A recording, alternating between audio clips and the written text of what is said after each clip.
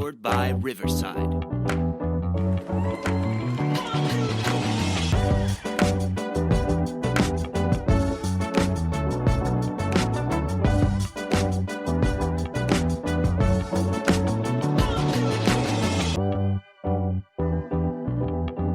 Welcome to the Vehicle City Sound Podcast. This is volume 2025, episode number 28. Our air date is Thursday, July 10th, 2025. I am your host, C. Willie. Happy to be back in the chair again. Joined again this week by the lovely and talented Quitter Peep. There she is. Has not kicked me out yet. We have a very special guest joining us tonight. Johnny Guest is with us. Welcome to the show, Johnny. Appreciate it. Thanks for having me. Well, this is an honor for us. We were talking a little bit before the mics were turned on. I used to hang out for a number of years where you are from, and that is that Great Lakes Bay region in Michigan, the Midland, Bay City, Saginaw area. Love that part of the country. We're glad to have a hometown boy. Appreciate it. Thanks. Yeah. So taking a look at, as we do with our research of the folks that we're going to have on the show, kind of where you've been and what got you into music, one of the key lines to me as I was reading about you is you've been playing since you were 6 years old. Tell us about that. Well, so I had a toy guitar, like it was plastic, and I beat on it. Probably used it like an axe, or I might have ridden it down the stairs, something like that. But there was one string left on it, and so when I was about 6 years old and playing in the basement with my buddy, and we were watching jet ski racing on ESPN or whatever it was, and I thought, man, I want to do that. It's so cool, and so I had the idea for a song. And I wrote the lyrics down, and I was plucking out like the bass line on this one string, ding, ding, ding, just moving my finger around, and then I realized, wow, this is something I can do, and I was begging for like a real guitar for years, and by the time I was 9, I was successful. We bought a used guitar. It's sitting right over there, a little classical guitar. Can we see it? It doesn't look like much, but yeah.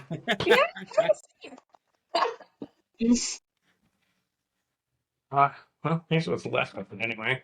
Oh, I love it. There you go.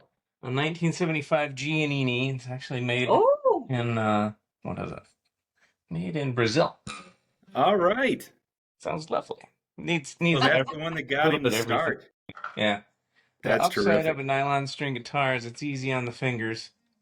But it's like the size of a baseball bat. So no doubt. It taught me how to have good hand positioning, though, in order to reach all the frets. Oh, you'd have to, no question. No. So 9 years old and got that guitar. And over the summer, I took lessons from Randy Valancourt in Midland, who happened to be 2 doors down. So I would drag the guitar 2 houses down and go down into the basement, and he would teach me how to read music, and I'd look at the notes, and then I'd listen to him play, and I knew where all those sounds were on the guitar. So I would just recreate what I heard. Instead of reading the music. Yeah, I was looking at the book. I can completely relate. I played for a while, and I cannot read music. I just cannot. Yeah, well, so I've learned to read music like 5 times because it just isn't super important to me, which is strange in a way. In some circles, like some musicians do, like symphonies, orchestras, all they do is read music. Yeah. But they get it mastered to the point, or they get, a small group of songs together and master them to the point where they're referencing certain points and just keeping track of where they are. Their hands know it. Their ears know it. Yeah. They're performing these songs that are amazing and flipping pages at the right time. So everybody stays together. Yeah. Could they memorize it? Yeah. If they learned it differently, they could memorize it probably. And that's what I did naturally is I heard it and I could recreate it. Yeah.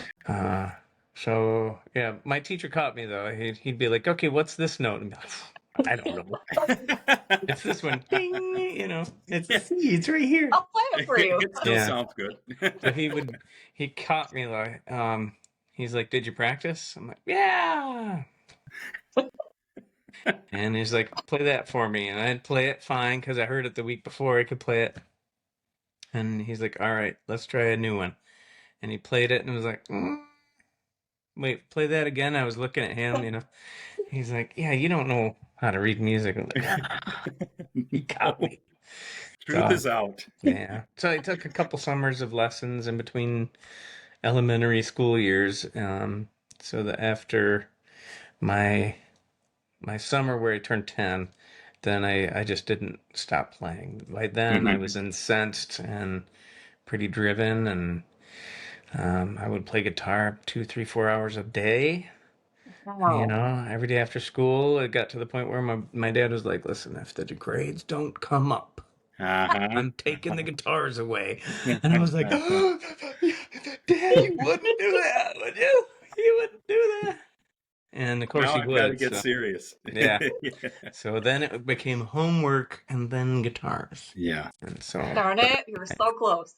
yeah, but I still gave it, you know, hours a day. And when I say practice, I would like, now think of what was on the radio in 1984, Mm-hmm. 85. And those are the songs that I was learning, and I would put on like my FM headphones, right? And just loud enough so I could hear my guitar amp and I could hear the song in my head. And I just, by the time the song was over, I'd know it. Yeah. Yeah. You know, so in 2.5, 3.5 minutes, I'd know everything except for the solo. And then the next time it came on the radio, I'd be like, Then you're "Oh, I'm working gonna on get that. solo." Sometimes you'd have to go buy the vinyl in Oh, order yeah. to, like, you know, rewind it and listen You to it bet. over and over again. You bet. Yeah. I wore out a lot of cassette players too, Yeah. just listening to solos and stuff. Well, Oh, and interesting that's probably because you're going on what you're hearing on the radio and learning to play all of that. I mean, one of the things that folks talk about is you have such a wide range for what you play. And one of the things I read was everything from Gershwin to bluegrass and everything in between. So is that where that came from? Just, okay, here's another song. I'm going to learn this song. You know, the Gershwin thing was unique. In the 90s, I had, call it a demo studio in my first house in Midland. And Jim Homeyer came to Midland to be the new director there. And he reached out and he was like, "I need to record some choir parts for Brigadoon." And it was like everybody had to do a costume change while they were singing going on. And so they couldn't really sing because the mics had to come off and all this stuff. And so I had in 6, 7 people into my little studio and I recorded them singing. And then we played that over the PA in the auditorium while they were actually costume changing. And then so they would kind of fade out of the vocals and then jump back in while the tracks played. And he loved the sound of it so much. He was like, "Hey, when we go to do this," and it was his first production in Midland, he said, like, "When we go to do this, would you come and help us get the sound right?" And I'm like, "Yeah, this sounds great." And why not? you know, I was young. And he's like, "You got to dress all in black." I'm like, "Oh, okay, I can do that." And I don't Let's know do it. how many laps I made from that giant mixing board up in the seats. Everybody sits around there because the sound is best right there. But I did a ton of laps down into the pit where the orchestra was, and I brought in all my microphones and, you know, mic'd up all the instruments. And I'm like, "Okay, don't move." I was talking to the guy playing the stand-up bass, you know, and he's sawing away. I'm like, "Don't move. I'm going to put a microphone right here. Don't move. Just do this thing and don't move." Yeah. And it was really fun. Oh, that sounds We like got rave reviews on it. You know, it was really fun. It was the only one I ever did. But it turned into later on, he did a Gershwin special with Kevin Cole on piano. And if you've never heard him play piano, man, he coaxes things out of a piano you just didn't see coming. Yeah, it's beautiful, beautiful stuff. So I got to play guitar, and it was actually my band at the time. And so we were like the rhythm section. and so then all the jazz and orchestration instruments came in around my band at the time. So my bass player, my drummer, and me on guitar. So I'm listening to all these things. They sent me the sheet music, of course, and got a history with sheet Useless. music. And I'm like, all these chords are wrong. 'Cause I could hear the chords. These chords written in here are not right. Yeah. And so I'm like, hey, can you get me a recorded version of this? Oh yeah, sure. Great. Great. And then I was off to the races. So I created all my own guitar parts for the Gershwin stuff. The voicings I wanted to capture notes moving through that some of the instrumentation wasn't picking up, things like that. So it was quite a journey. Wow, that's fascinating. Yeah. The bluegrass stuff for 2 years. I think this was pre-Gershwin. For 2 years, I did nothing but flat picking bluegrass. Really? I really went down the rabbit hole, and we're talking like Billy Strings is huge right now. Yeah, yeah. So I was into bluegrass when nobody cared. Mm-hmm. Nobody cared. And it was so demanding and so tactile and so difficult Yeah. to play at that level that I was like, I have to do this. And I actually went back to my old guitar teacher, and I'm like, I think I can do this, but I was like I had this really legato feel, like a lot of blues stuff, a lot of left hand trickery going on. And bluegrass is this thing here right here. You like hit cruise control, and it just does this Yeah. at a single speed for minutes on end, and Exactly. little. And I'm like, this is fascinating. So it turns your right hand into a motor. I'm like, oh, this is cool. So I got to where I had a couple offers to join touring bluegrass bands, and about that time I was thinking about having kids, and like all of a sudden, like being on tour with 5 guys in a van and going from campground to campground and maybe having showers now and then. I'm like, It didn't sound like it was too attractive. yeah. So I'll just give myself a high five and then I'll go home. There you go. And have a shower. There you go. Yeah. Well, the first song that we've got queued up from you tonight, I'm very interested to hear the backstory in this because I'm listening to the lyrics, and there's a lot of emotion in this. Flowers Do. Would you tell us a little bit about this song? Well, let's see. It was just after my birthday, which is coming up here, July 1st. It was right about then, going on 2 years ago, that my sister Gail, who 16 years older than me, so as a young kid, she was like larger than life. Sure. And big personality, loved everybody so completely, and she was herself like quite the rebel. And as a young person, she got into all kinds of trouble. If somebody looked at her funny, she would say, well, how about I just punch you? She had a lot of attitude. But sweet as pie. She was such an interesting person.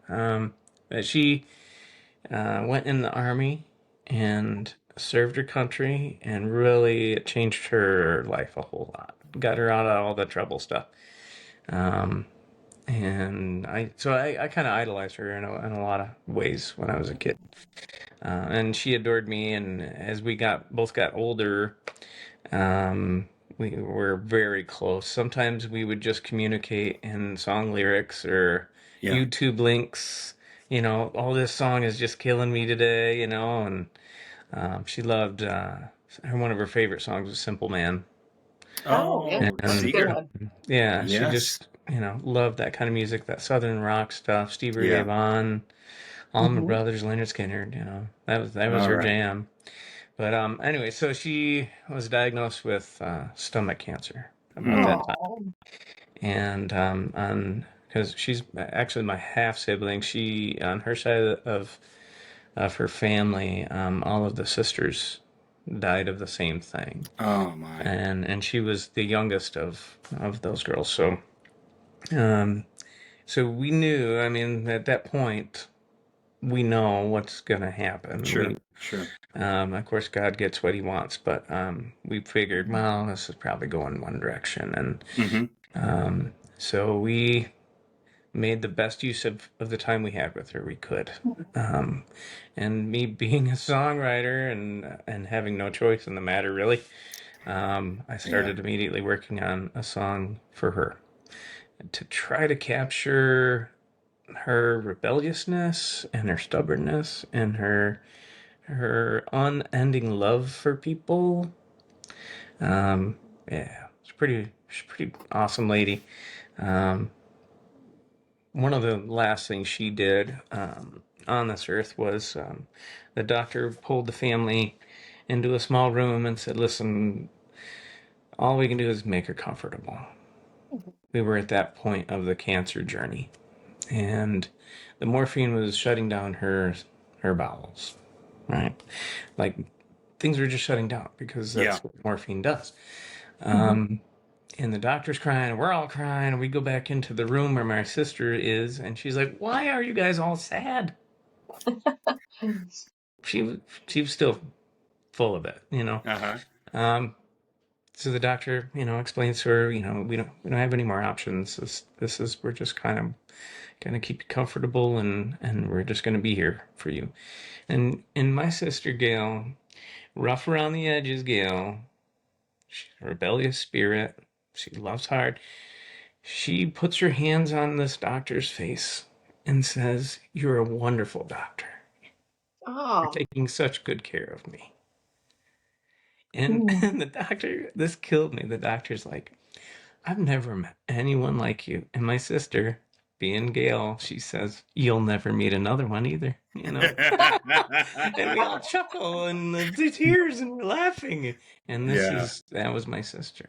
Man. And so she passed before I could get this recorded and released and everything. I did get to, through tears and such, play it for her on her birthday. In August, we surrounded her with family, and I printed out the lyrics because I just knew I practiced it a couple hundred times. I can't fail. I'm a strong guy. I won't cry. And then I cried. So I didn't really get all the way through it. And but we could read the lyrics, and we just came around her and lifted her up as much as we could. But music was something that she used in order to deal with the pain she was having. This song and another song of mine called Shelter. And she said she just listened to them on repeat. Well, this is absolutely a beautiful song, and now that we know the story to it, it has even more meaning, and you certainly accomplished what you set out to. Well, while you play that, I'm going to get some tissues. Yeah, exactly. Get one for me. This one's called Flowers Do. This is from Johnny Guest. I've got a big sister, she served in the army. She carries those scars with honor and pride. When the pain gets too much to handle, she lights one up and forces a smile. In her front yard, all glory waves over a lovely flower garden. The weeding was easy in her younger years. She still gets it done, but feels it for days. She says, brother, remember that I love you, don't forget. God loves you too in your darkest day. I'll be right beside you. Every morning is a precious gift, so be thankful. You've got life to live, 'cause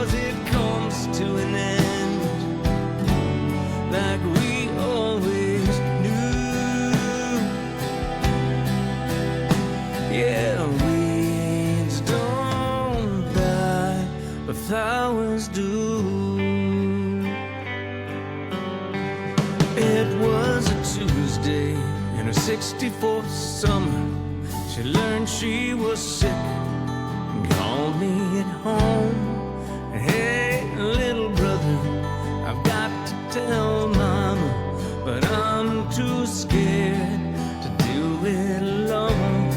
So we called together, we heard the phone ring. When Mama answered, she said, hello. Sister said, Mama, they say I've got cancer. Then Mama cried, soft and low. Children, remember that I love you, don't forget. God loves you too in your darkest day. He'll be right beside you. Every morning is a precious gift, so be thankful you've got life to live. If I could trade the rest of my days, I'd give them to you. Yeah, weeds don't die, but flowers do. Life is beautiful and torn. We pray for the roses while wearing the thorns. To make every day count is all we can do. So sister, remember that I love you, don't forget that God loves you too in your darkest day. We'll be right beside you.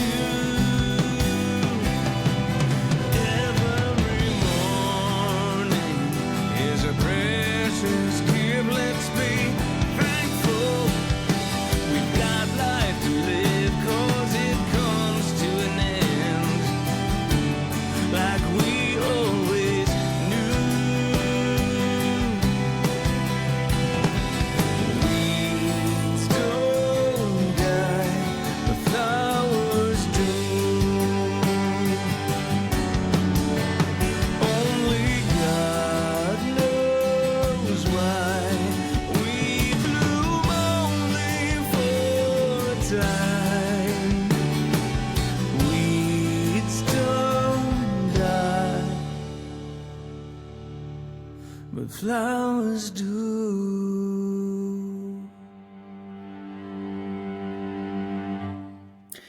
Flowers Do from Johnny Guest for his sister. Beautiful. Gosh. Thank you so much. Wow. There's a lot of times that emotions come out while we're doing this show. This is definitely one of them. We might need a moment. Yes. Johnny, that's an absolutely amazing song, Thank and you so knowing much. the story behind it makes it even more special, and we appreciate you writing that and sharing it with us. It's my pleasure. Yeah. It's Hey my folks, we therapy. got to get our composure back, so we're going to take a little break. Commercial. We will be right back with Johnny Guest. It's the new party of the summer, the Country Roads Music Festival at the Groves in Brooklyn, Michigan, July 18, 19, and 20. Restless Road, Colt Ford, and Drew Baldridge are your headliners, and they're going to be joined on stage by a host of VCS alums, including Louie Lee, Ryan J., Michaela Prue, Gasoline Gypsies, Kay Harper, Blue Sky, and many more. There are a host of ticket packages available. This is going to be the one you want to be at. CountryRoadsMusicFestival.com is where you get your tickets. We'll see you there July 18, 19, and 20.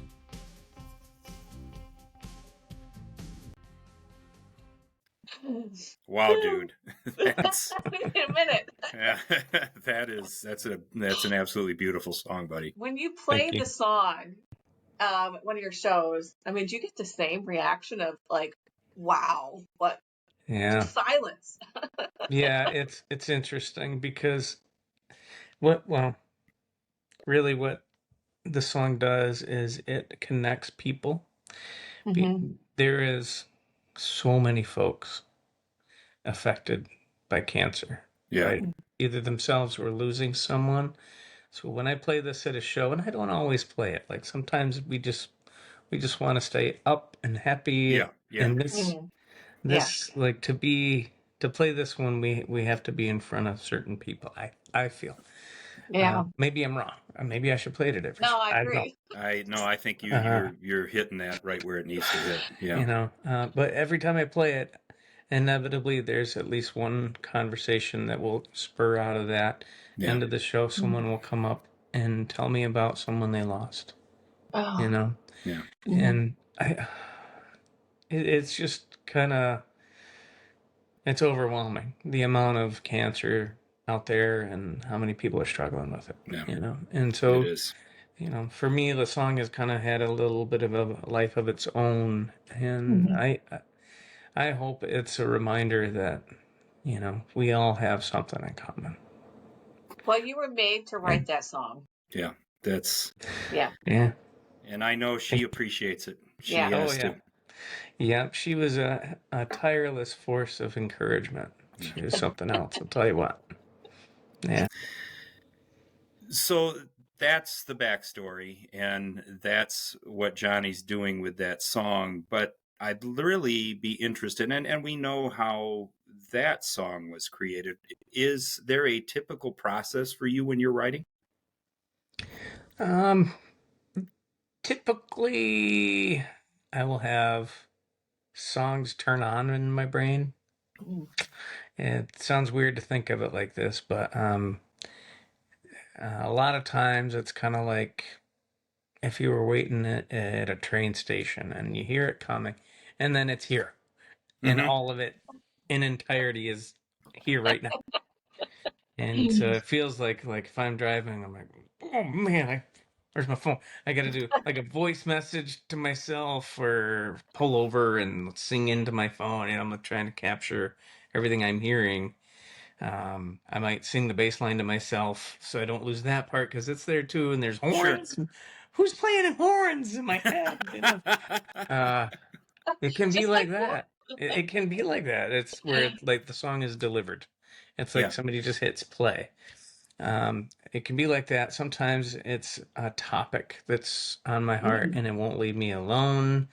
And then I'll wind up dreaming about it and waking up and there it is. Oh my gosh, you know. There's also times, a lot of them, where I can't sleep at night. Yep. I'm in bed, it's dark, I should be sleeping, I'm tired, but I don't know why I'm not sleeping. And then there it is. The light bulb goes off, and I wind up emailing myself 16 times trying to develop this lyrical idea, but the melody's attached to it, and I can't forget that. And because I'm more of an ear learner, you know, I have to go through it a billion times to make sure this melody is different enough than that other idea I had last night. Yeah. And I rarely get to like just sit down and record it like a piano or guitar or whatever. It's usually like all the ideas are competing. And the composition is within you as much as anything else. It is. It is. Yeah. And the interesting thing, and I've talked about this particular topic with other songwriters, is the idea is up here, like the song's in here, and in the process of making it transform into airwaves, it gets mutated. And then it changes, and it's not what I imagined it would be. And you know, it's to force it into being. It changes. It's never exactly what I intended. Sure. To put it into vibrations and strings and things like that and beats. It's interesting. You know. Yeah, I don't know. It's wild. Well, and it's different for everybody, but it's interesting to me hearing you say that creative can come at any time, whether you're driving or you're laying in bed at night, can't sleep. That creative, all of a sudden it hits, and when it does, it's really strong. You've got to do something about it. It is. It's like if you were friends with a linebacker from the Detroit Lions, let's say, and then they just came over and sat on you until you did the thing you were supposed to do. It's pretty That's good. what happens. Yeah. It's like, fine. I'll That just quite do it. possibly is the best analogy we've had on the show Oh, yet. yeah. I like that. Yeah. Well, that depends. Which quarterback are we talking about, or which linebacker? Yeah. That changes Oh. everything. Yeah. The biggest, fattest one. Yeah. There you go. Got it. Well, this next one that we've got queued up, You Know the Tune, is another beautiful song. Who is it that's singing with you on this? She is not in a band. She is very shy and doesn't perform. Okay. But I happen to be married to her. Oh my goodness. Oh, that's wonderful. That's wonderful. Well, it's beautiful, and she has an amazing voice too, and I the agree. harmonies in this Yeah. are as good as I've heard. It is really a fine song and a wonderful message too. Yeah, thank you for saying that, because we get, I don't know, inundated in songs that are about cheating or Oh yeah. Yeah. all kinds of things that are immoral. And I don't know. I'm a crusty Gen Xer. I'm like, what happened to fidelity? Yeah. Yeah. I mean, that seems like a pretty good idea. Why don't we write songs about that? No question. So I don't hold back as a songwriter. Like those that's my story, and having having those conversations, I think from songs that are pro marriage and traditional values, I think there's a big place for that. There's a lot of folks looking for that. Well, and folks, listen to the lyrics in this. Listen to the message that's here, because it's exactly what Johnny's saying. And it's that give and take. It's that I've got you covered here, you've got me covered there. And as I listen to this song the few times that we have, I love that. This is the balance. And this is what the solid relationship has. Yeah, absolutely. Yeah. Let's give this one a listen. You Know the Tune from Johnny Guest.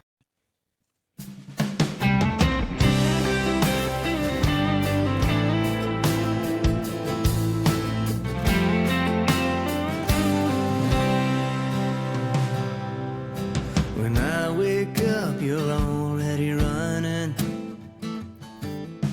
Sounds from the kitchen and your sweet voice humming. Got a song in my heart like lovers do. I know the words and you know the tune.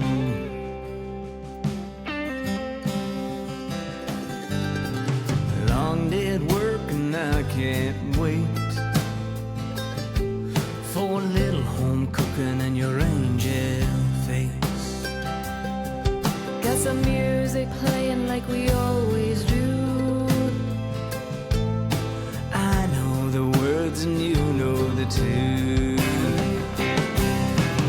I know the words and you know the tune. I strung the chords and you dance the groove. It's a hit in the kitchen and the bedroom too. I know the words and you know the tune. Staying up late on a Saturday night, making music till the morning light. Sunday singing from the second pew. I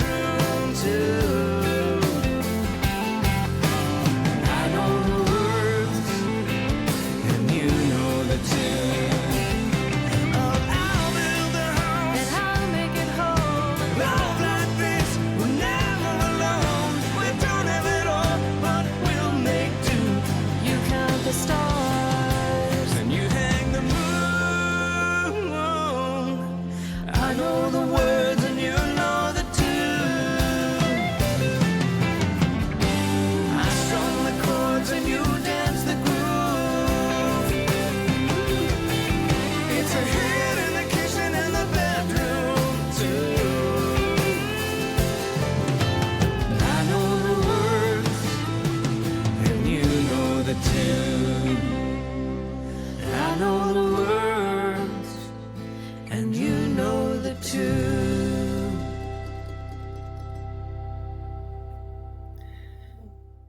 And So now cute. it is. That is an absolutely beautiful song. And now we know both the words and the tune, and we are much better for it. Johnny Guest, you know the tune. Great song. Johnny, Thank you. you have a way of capturing life the way it should be. Oh, well, thank you. It's, Yeah, that's something I'm very cautious of. You know, yeah. All right. Hey, folks, let's take another quick break, and we will be right back with Johnny Guest.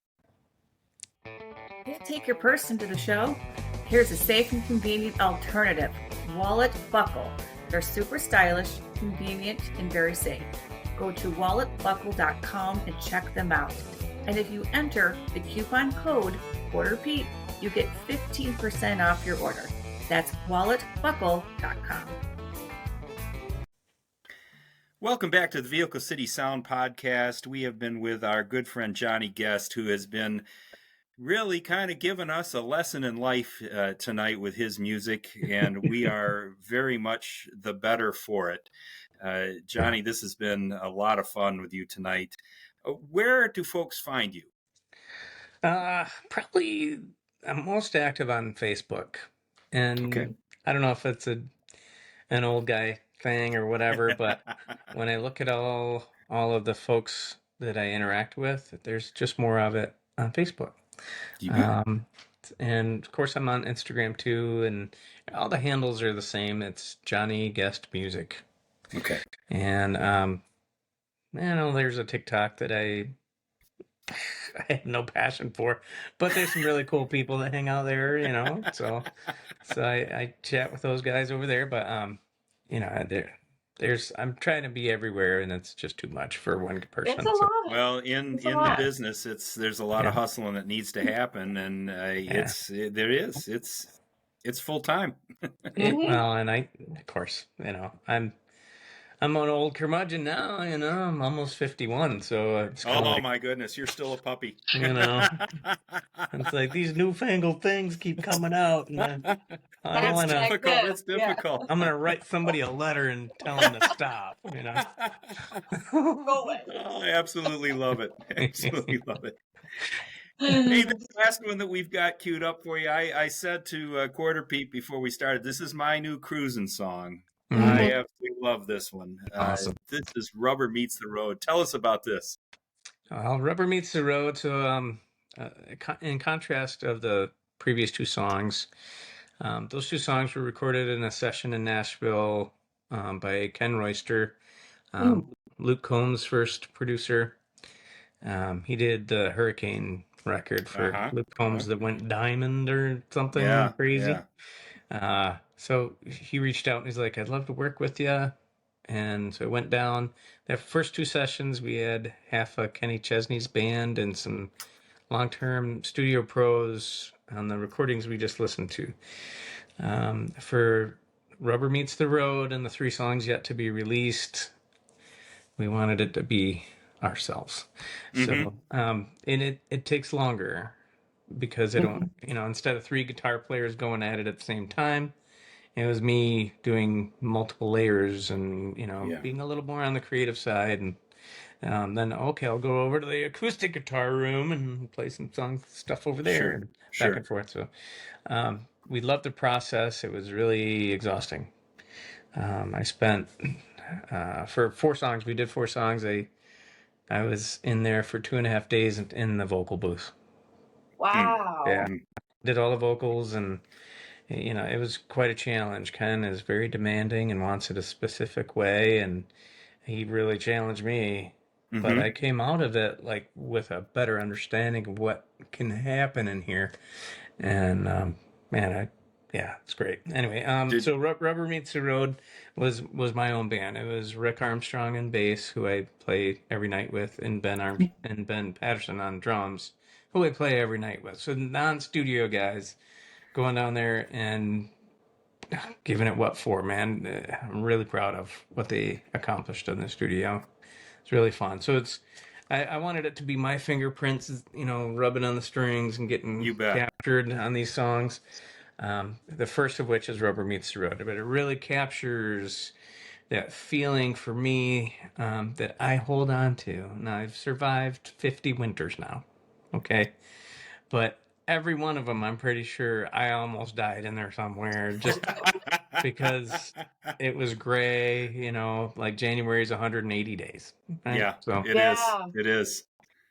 anyway, so I used to enjoy fall and I'd be like, "Oh, the colors are pretty," and I still try to do But it. it I leads to try to winter. like it, but you know what's coming. Yes. Right? Yes. Oh, I'm just gonna get It's like the depressed. giant gray foot that's just going to Yes. squish all the life right out of you. Exactly. Exactly. And so that seasonal depression thing, now I'm making light of it, of course, but it is a real deal Oh, for yeah, me. no I got to dig question. really deep to be a kind person all winter long. Yeah. Take a bunch of vitamin D and get through it. So I hang on to what I know is coming, which is spring, and it's a short 10 months of winter away. I can make it, you know. Welcome to Michigan. Right, exactly. You still live here.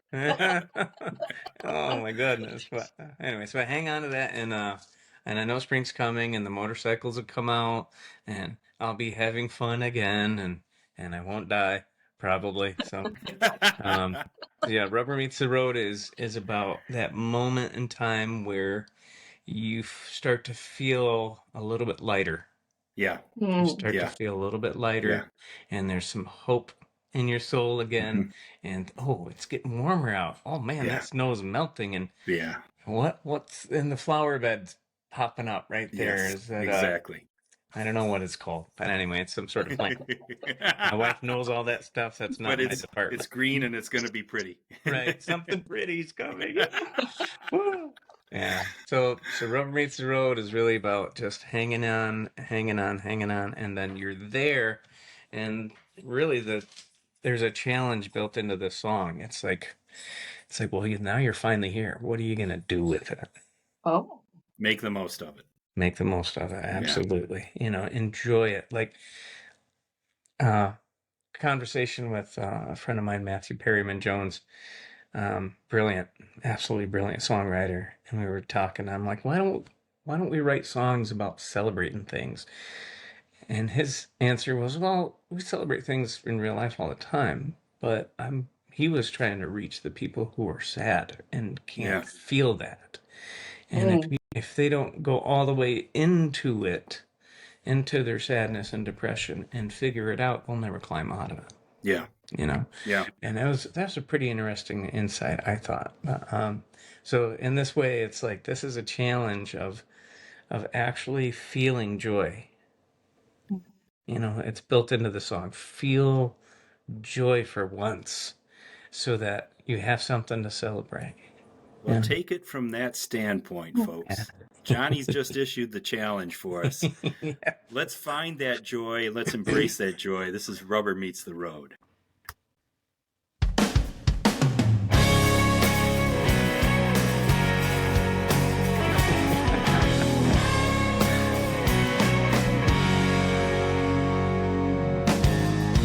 Breathing out, breathing deep, shaking off the winter sleep. Spring has sprung, my depression comes on.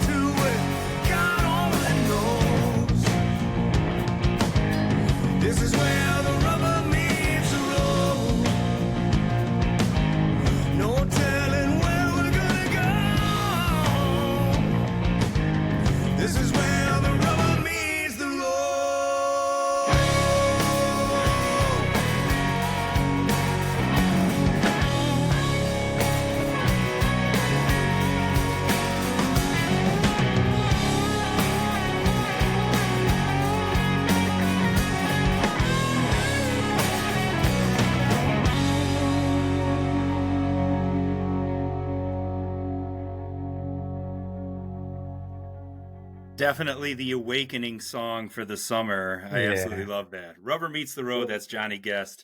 Great tune. I don't even ride, and I want to go out and ride a bike right now. You should. Yes. Yes. Yeah. Hey, that is fantastic. Thank you so much, Johnny. That's you brought us through every emotion possible with this interview tonight. This has been wonderful.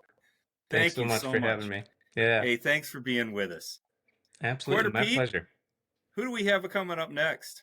Watch out. Felicity will be on next week. We're Woo-hoo. excited to be talking to these guys all the way from Orlando, Florida. We're going to opposite sides of the continent. This is all right.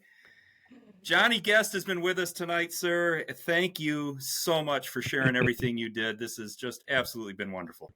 Wonderful. I really appreciate your hospitality. Thanks so much. Hey, thank you, folks, for all the support you've been giving us. We really appreciate what everybody's been doing for us. You know where to find us. We're out on all of those podcast platforms, and you can watch us on YouTube. We also want to hear about more folks like Johnny Guest. If you've got somebody that you'd like us to talk with, vehiclecitysound@gmail.com. Drop us a note. Let us know about it. If you want to know where we're going to be, vehiclecitysound.com is the website. And please subscribe to us on YouTube. We appreciate all the support we've been getting. We appreciate having folks like Johnny on. Johnny, thank you so much for joining us again tonight. I subscribe right there. We love it. We love it. All right. Hey, folks, that's a wrap on tonight's show. Hey, everybody, be good.